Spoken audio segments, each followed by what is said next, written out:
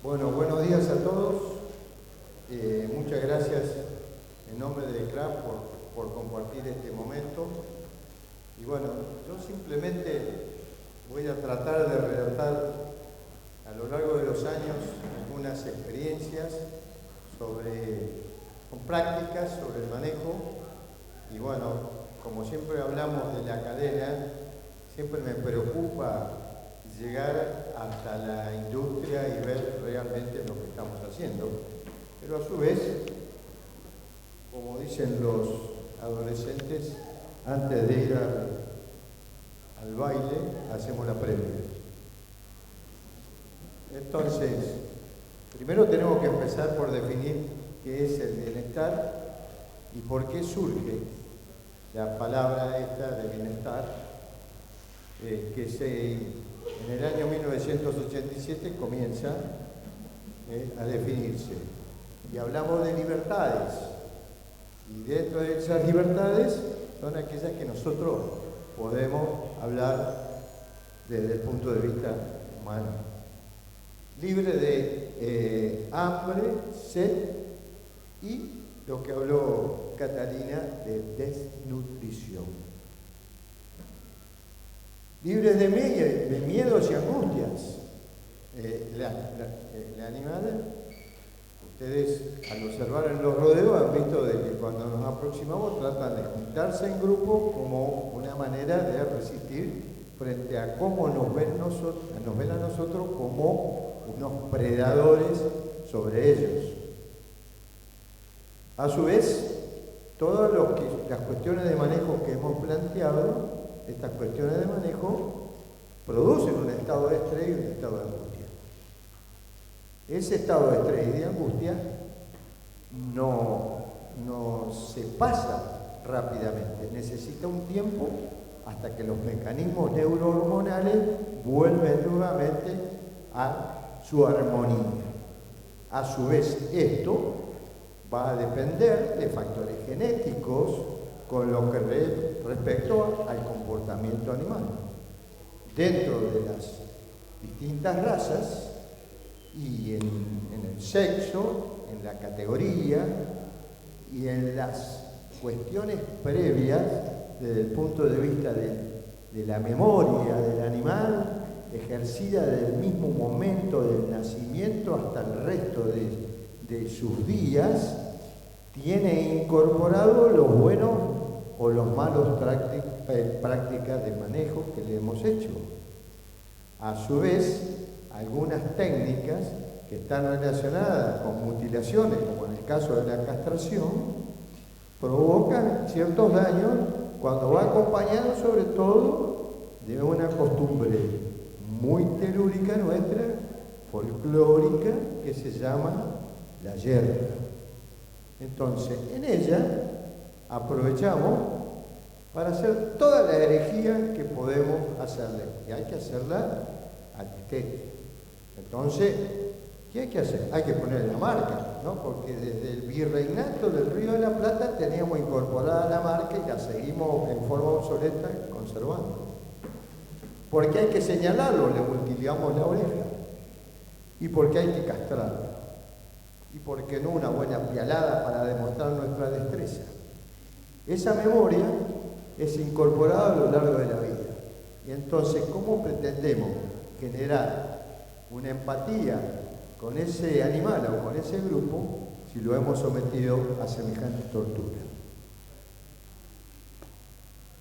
Entonces, libre de incomodidades físicas o térmicas.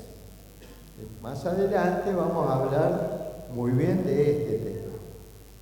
No siempre podemos generar las condiciones ambientales necesarias, adaptadas al animal, para los cambios que han ocurrido y que están ocurriendo desde el punto de vista de las variaciones climáticas según distintos ambientes.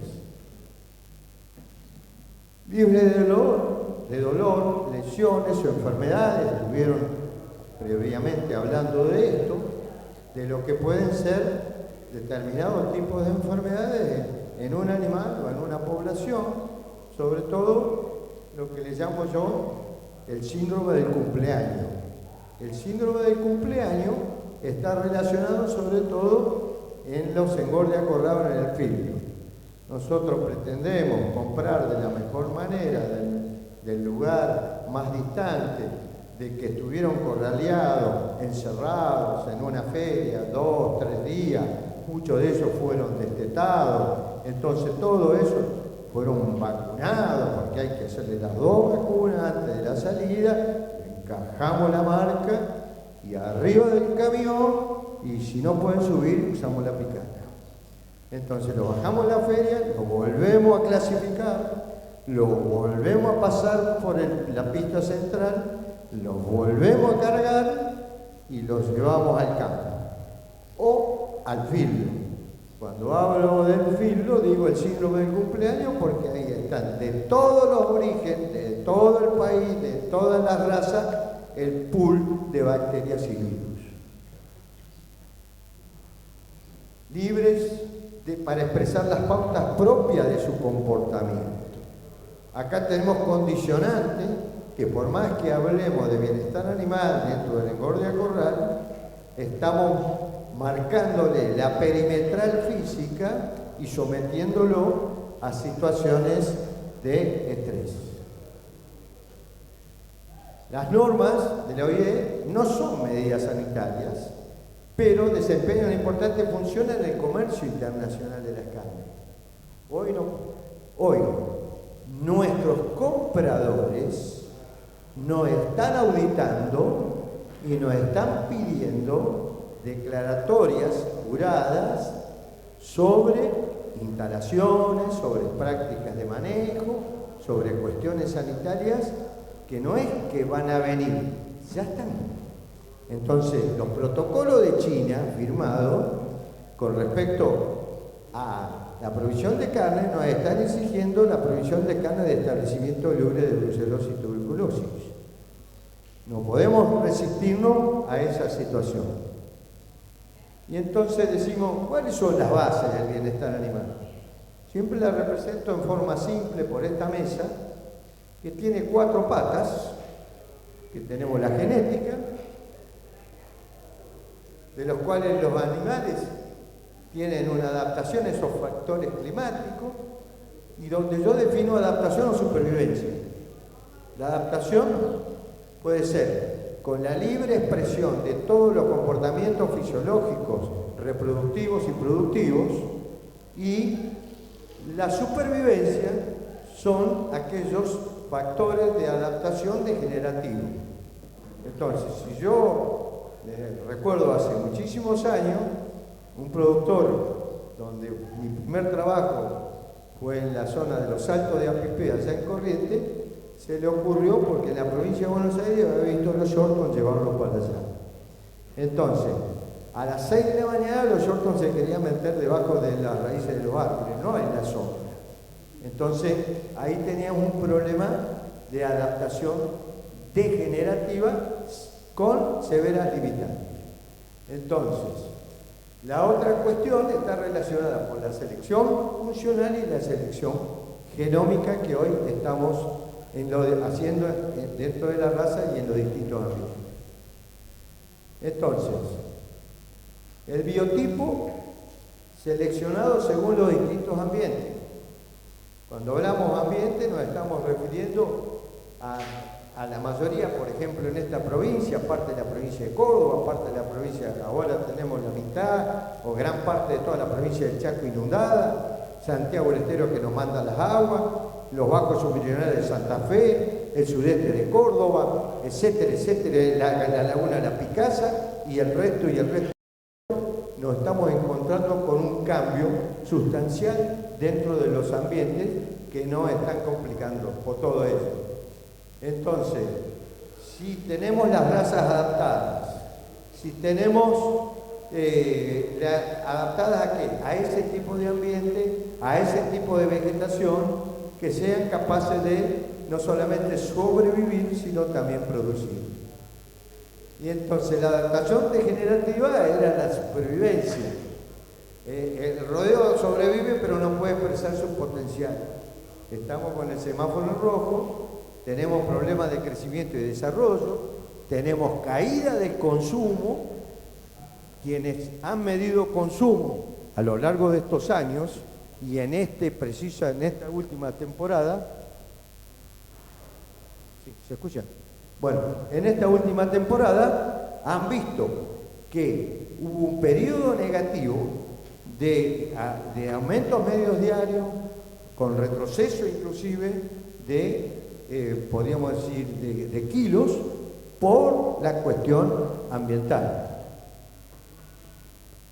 La pérdida de fertilidad, el estrés expresado, por ejemplo, en las vacas Holando, que han tenido mortalidades, primero de concepto, después mortalidades embrionarias y abortos.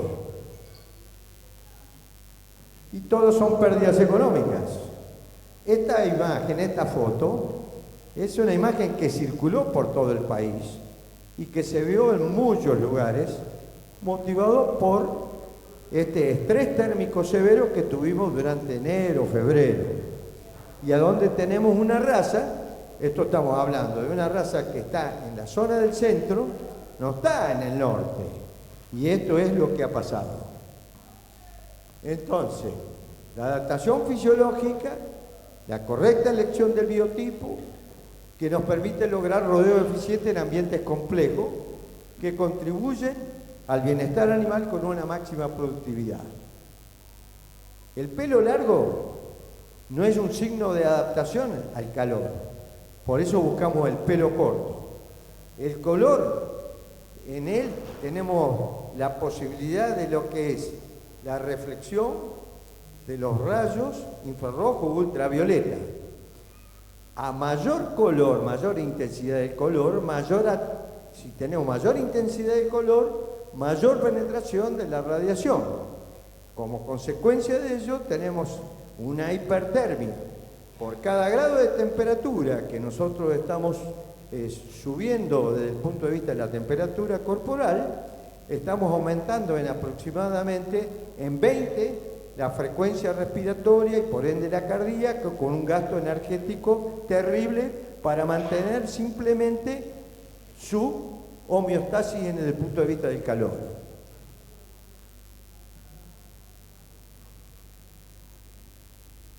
Entonces, según caracteres propios de cada raza, y ese es el punto para arrancar, con una fertilidad con respecto a lo que es el peso al nacer, para evitar pérdidas en el momento de parto, que es el punto inicial, que es la eficiencia reproductiva, con características carniceras, con una terminación, un engrasamiento temprano, según distintas razas o cruzamientos, y seguimos con la nutrición. Entonces, hablar de la nutrición en relación con los requerimientos de cada animal en función de los diferentes estados fisiológicos y reproductivos. Si no observamos estos, podríamos decir, objetivos dentro de cualquier partido productivo, vamos a tener todo esto. Entonces, ¿qué es lo que está pasando? Y es algo que probablemente nunca lo tenemos tan incorporado. Cuando hablamos de vacas, y hablamos de reproducción, siempre creemos que la vaca la podemos hacer bajar de peso todo lo que querramos.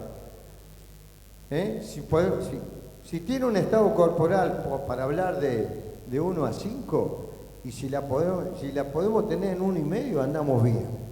Y en la medida que va avanzando distintas etapas de su gestación, que dura aproximadamente los 9 meses, nos encontramos con distintos tipos de situaciones. Debemos pensar. Nosotros en el blog test y acá en las mediciones que se hicieron, estuvimos hablando de lo que era la grasa dorsal, estuvimos hablando de lo que era el margin o la grasa intramuscular, estuvimos hablando de qué tamaño tenía el ojo de bife, estuvimos hablando de todas estas cosas. Pero esta cuestión no arranca desde el momento que el ternero nace.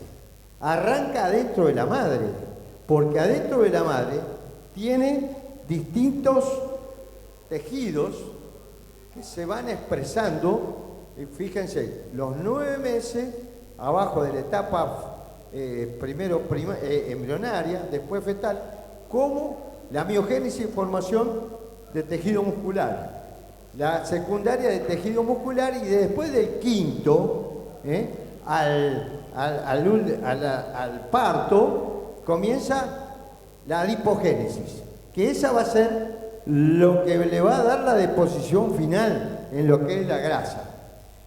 Y la otra cuestión, si nosotros tuvimos una mala biogénesis primaria y una mala miogénesis secundaria, no vamos a tener después, a futuro, lo que es esto, que es la hipertrofia de las fibras musculares. El número de células se va a mantener en el tejido muscular, pero no vamos a tener un mayor número de células para una mayor expresión de la hipertrofia del tejido muscular. Entonces, esto es clave cuando hablamos de producción desde el punto de vista del manejo nutricional en las distintas etapas, para que a futuro, cuando hagamos la recría y la terminación, lo tenemos en cuenta. Yo digo, no necesito a veces conocer tanto de historia. Leyendo un ojo de bife es capaz de mostrar lo que es la historia. Cuándo fueron sus periodos de restricción, y a veces creemos de que comprar un ternero flaco, un ternero que decimos que es huesudo, que es un ternero que viene ya para una buena respuesta compensatoria, la respuesta la vemos en el plato, donde tenemos lo que vamos a mostrar, ¿no es cierto? Adelante. Terminación no es engorde, es buscar la proporción adecuada de grasa. Esto, cuando tuvimos la oportunidad, este es un bife que hacemos nosotros, y es de un macho entero joven, pero que hicimos la previa, y seguimos una correcta recría, hicimos una correcta terminación, y nos encontramos con un buen veteado. Y acá tenemos, si lo mirábamos de afuera, era un animal que tenía una excelente área de ojo de bife y demás, la imaginábamos, pero no es así la realidad. La realidad es que nos encontramos con 25-27 milímetros de espesor de grasa dorsal, y con un ojo de bife que es apenas totalmente reducido. Entonces, bueno, estas cosas, concepto, novillo gordo, no, novillo terminado. Este es el concepto que yo quiero hablar, lo que es respecto a la nutrición. Esto es valor agregado, y esto es pérdidas para productor, industria y consumidor. Y entonces, me gusta ir al supermercado. Cuando voy al supermercado, veo esta costeleta en oferta y pregunto, a ver, ¿qué pasó acá en la historia? Este es el reflejo de la historia. Aquí tienen costeleta en oferta con prácticamente un cuarto del área de ojo de bife que es grasa pura. Esto es precisamente liquidar al consumidor. Esto no tendría que haberse expuesto para la venta al consumo. Entonces, la planificación de la nutrición en base a los recursos disponibles, en base a la oferta forrajera, en base a la calidad y la accesibilidad al agua, muy importante, y muchas veces se descuida. Entonces, los objetivos y los destinos de la producción son importantes cuando tenemos que unir a cada uno de estos recursos.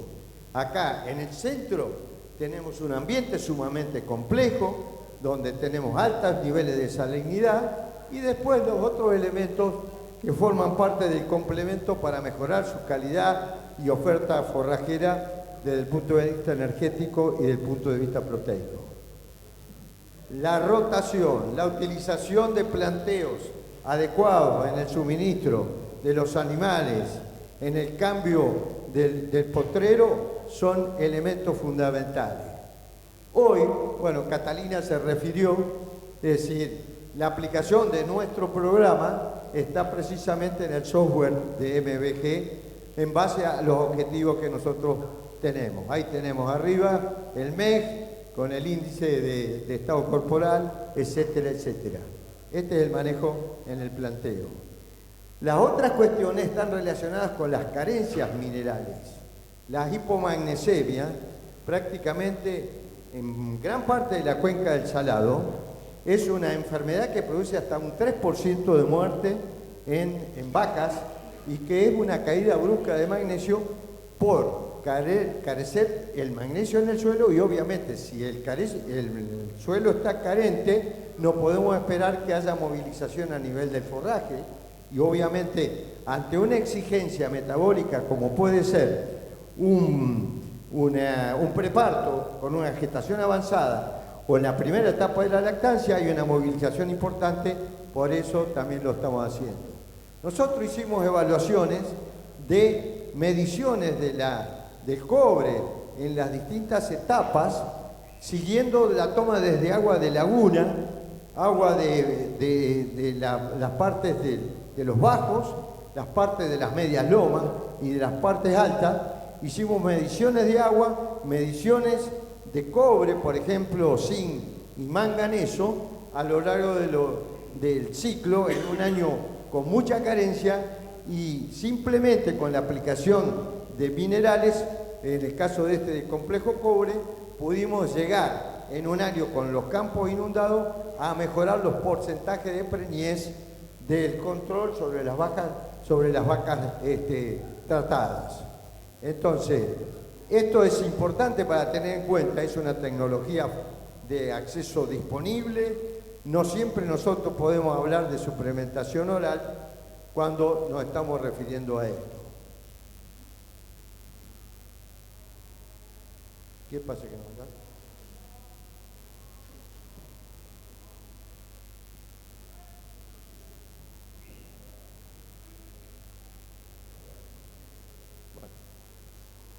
Bueno, hablamos de la nutrición rápidamente, de la sanidad.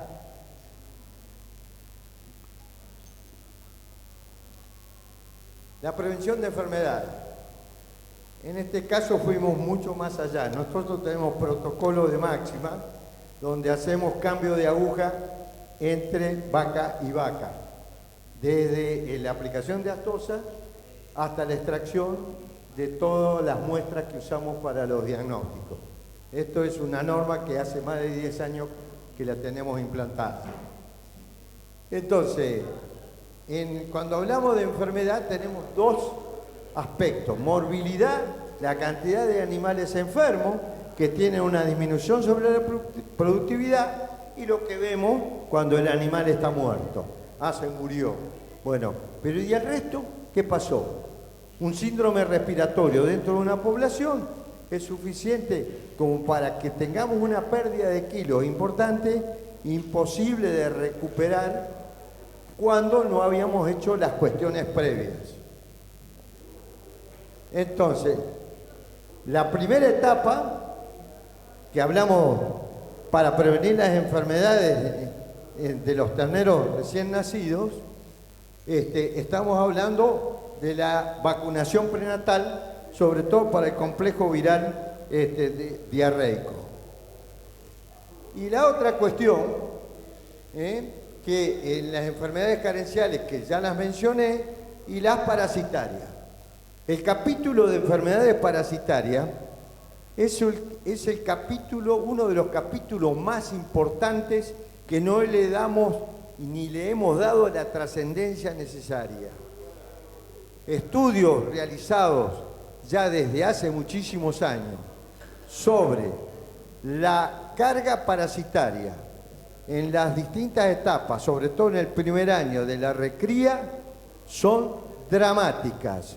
Nosotros podemos hablar de parasitosis leves, que son subclínicas, y cuando digo subclínicas, que no se ven, pero cuando llegamos a ver la bosta o una materia fecal diarreica con apelotonamiento al perímetro de la cola o del ano, ya estamos en una situación grave. Podemos llegar a perder en una parasitosis grave, sin llegar a la muerte, 70 kilos en el año, en la recría. Multipliquen 70 por 60, son 420 pesos por animal simplemente. ¿En cuánto se retrasa el animal para el posterior proceso de la invernado-terminación? ¿Y qué daño se ocasionó sobre toda la parte muscular que posteriormente van a ser los cortes carniceros? Entonces eso está absolutamente medido.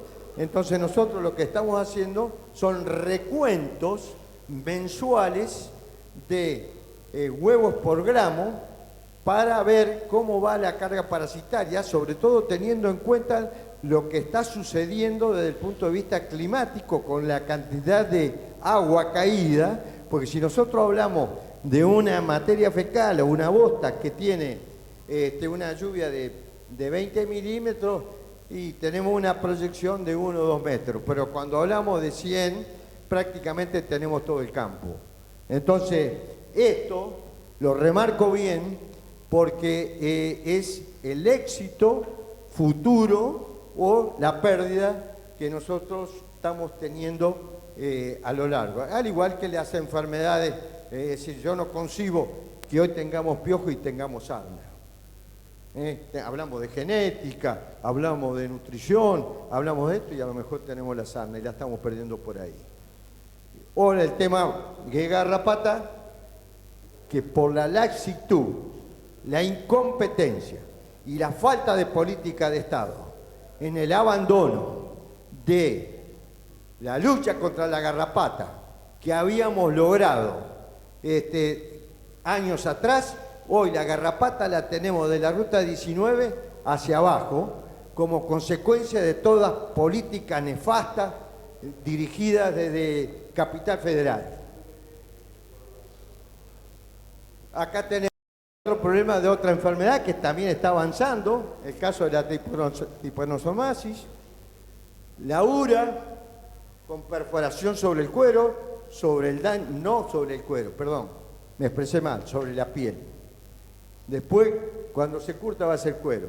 Entonces, cuando pensemos en piel, vamos a ver lo que es el daño. La babesia, que es el caso concreto del complejo, podríamos decir, de tristeza, y lo que tienen ahora al lado de Altagracia, en Potrero de Garay, la extensión de la rabia apareciente, que antes era toda la zona fronteriza del noreste y del noroeste. Hoy ya lo tenemos en Córdoba. Entonces, hacemos nuestro programa de control parasitario mensual, tomamos según el tamaño de la población la cantidad de muestras, no encerramos a los animales, vamos directamente repuntando los animales al potrero, hacemos la colecta de muestras, identificamos el lote, lo mandamos al laboratorio y antes de hacer cualquier movimiento tenemos la previa del informe. Decimos, a ver cómo estamos con la carga, porque la otra cuestión, cuando hablamos de praderas, conservar el piso, no dañar la misma, la sacamos. ¿Y a dónde van a parar? Al bajo. ¿Y en el bajo qué hay? Hay una carga parasitaria infernal. Entonces, volvemos nuevamente cuando tenemos el piso a la pradera y volvemos a enfermar la pradera. Entonces estamos en un círculo vicioso, por eso frente a eso tenemos que estar atentos. La mosca de los cuernos. Y bueno, la mosca de los cuernos puede ser el éxito o el fracaso. Entonces, el hecho de decir, bueno, la población y de mosca es buena, regular o mala, y va a depender, por ejemplo, años de intensa lluvia, la población de mosca no es tan importante. ¿Por qué? Porque la bosta al caer en el agua no tiene posibilidad de hacer el ciclo reproductivo de la mosca de los cuernos.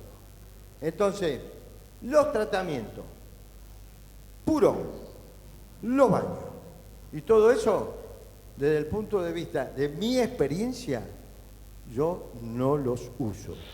Yo lo que uso son caravanas aplicadas estratégicamente en una época del año, por ejemplo, según las zonas, cuando empieza la intensidad de la mosca, en noviembre, y en mes de marzo la retiro. Listo. Entonces, zafo gran parte del periodo de mayor intensidad de mosca. Y dentro de esto hay poblaciones de mayor o menor susceptibilidad en función del pelo, en función de las, podríamos decir, del color. Esas son cuestiones que están directamente relacionadas. Ustedes cuando observan, en el caso de la mosca de los cuernos, y yo tuve la oportunidad de ir a las curtiembres y ver el daño que hacen sobre el espesor del cuero, sobre todo de la piel, mejor dicho, ya el cuero curtido, en el adelgazamiento que produce horadado, prácticamente es como si lo hubieran esmerilado a ese cuero, que tiene una pérdida de valor importante. Usted dice, ¿y a mí qué me importa? No me lo pagan. No, el concepto de cadena es que debemos pensar de que tenemos que hacer el aprovechamiento integral de ese cuero, porque por la marca sola podemos perder más del 10% del valor del cuero. Y ni que hablar cuando hablamos de la marca, de la contramarca, de la recontramarca, de la recontramarca. Cuando quieren acordar, arrancan en la grupa y terminan allá en la región del cuello. Este es un tema que no lo podemos esconder debajo de la alfombra. Esto es una enfermedad bíblica por el cual estamos conviviendo, pero que es hoy una severa limitación de mercado. China nos demanda, y que nos estamos haciendo los tontos, provisión de animales destinados a ese mercado de establecimientos libres de brucelosis y tuberculosis. Y cuando hablo de esto, hablo en serio. Y cuando hablo en serio, hago un mea culpa en nombre de la profesión veterinaria. Porque comunicar un resultado positivo significa el compromiso de eliminarlo del establecimiento, no esconderlo. Entonces, las pérdidas por tuberculosis, por carcasas enteras, son terribles. Entonces, tomemos en cuenta la necesidad de llegar, de tomar un control en serio de lo que está pasando. Manejo y transporte. Entonces, ¿qué pasó acá en esta primera? Yo hablo de las pérdidas evitables. En las últimas 20 horas perdemos entre el 3 y 5% del valor del animal. Y a veces nos ponemos a hacer los análisis económicos, los márgenes brutos, el margen neto, de que lo dan los contadores, qué sé yo. Muchachos, el 5% del valor del animal lo estamos perdiendo en las últimas 20 horas después de haber esperado X cantidad de tiempo para terminar un animal. Entonces, este es un manejo deficiente en corrales.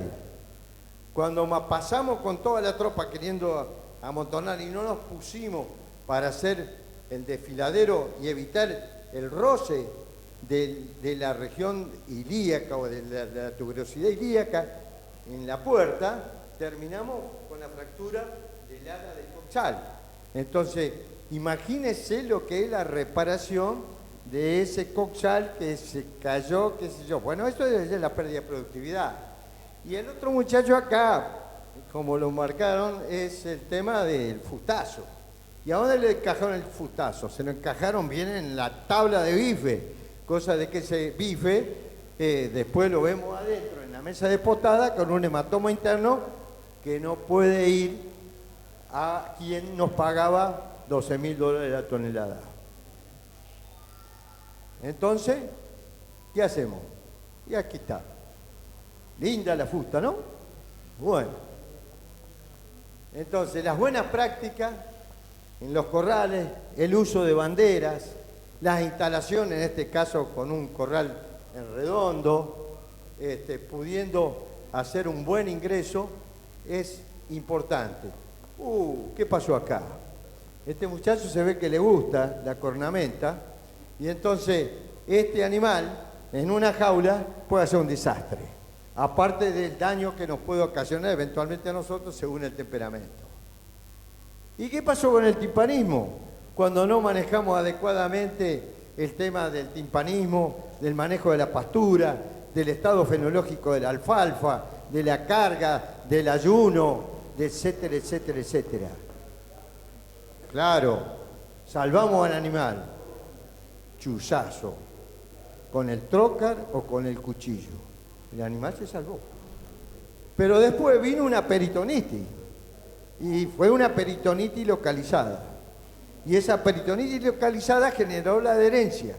¿Y la adherencia dónde la dio? Y se la hizo sobre el vacío. Se terminó el vacío. Entonces, acá tenemos de esta plancha de asado, que puede ser con matambre y con vacío y con la entraña, bueno, a lo mejor eran 18 kilos, de los 18 kilos perdimos 9. Bueno, sencillito. Entonces, las malas prácticas veterinarias, bueno, los abscesos. Yo en este sentido tengo un concepto, que es el concepto de cadena. Y me alejo de ser veterinario. Entonces, como veterinario a mí me enseñaron que tenía que aplicar la inyección intramuscular en la zona de la grupa y la inyección subcutánea detrás de la paleta o detrás del debajo subcutánea en forma del cuello. Y como veterinario y como productor integrante de una cadena cárnica tengo absolutamente prohibido pasar de la cruz hacia atrás. Entonces, estoy cansado de ver las inyecciones de cobre detrás de la paleta, donde inutilizamos parte de esa región. Transporte. La cantidad adecuada para ser distribuida según la categoría. La mezcla de categorías, vacas, toro, ternero, vaca conserva, vaca consumo, termina con las caídas. Y con las caídas, a veces también va los conductores del Dakar. Entonces yo los tengo estudiados, los conductores del Dakar. Entonces los conductores del Dakar terminan en esto, ¿no es cierto? Entonces terminan en los animales caídos. Fíjense la cantidad de... Algunos que preguntaban si era posible en el frigorífico distinguir la antigüedad del hematoma. Y esto es prácticamente el producto del transporte. Entonces perdemos esta gran parte y ni que hablar, yo tengo 500.000 fotografías de todos estos desastres. Acá lo que hablábamos, acá le hice la trazabilidad al hematoma S. 8:30 de la mañana, 110 kilómetros, día domingo. Salió el camión de Alcorta. ¿A dónde fue a parar? A Rosario. ¿A qué hora llegó a Rosario? A las 11. Muy bien. Al día siguiente me voy a la faena. Miro, novillos, Hereford, 20 meses, 430 kilos, una pinturita. ¿Cómo terminó la historia? Y la historia terminó con esto. Con este hematoma profundo en el bife angosto, donde terminamos destruyendo el corte más valorado desde el punto de vista de nuestras exportaciones. Le hice la trazabilidad al camión y le encontré todos los puntos críticos de control. Ergo, nunca más transporta animales ese camionero. Entonces, por eso hablamos del compromiso de la cadena. ¿Cuántos cargó? Y aproximadamente 33 en la jaula. No eran tan, iban holgadamente, pero la realidad es que lo llevó como el del Dakar. Entonces, el señor tenía que venir a comer asado al mediodía. ¿Eh? Entonces, ¿y cómo fue ese estrés? ¿Y cómo fue el pH de esa media res que estuvo altísimo como consecuencia de ello? Alto, entonces tenemos pérdida de calidad de carne a margen de perder el corte. Y entonces, ahí decimos, 5% de la producción en las últimas 20 horas, antes de la faena por el mal manejo. ¿Qué estamos haciendo? Entonces recordemos las 5 libertades y las practiquemos prácticamente siempre. Para lograr un producto de calidad tiene que ser adecuadamente producido y elaborado y transportado. Muchas gracias.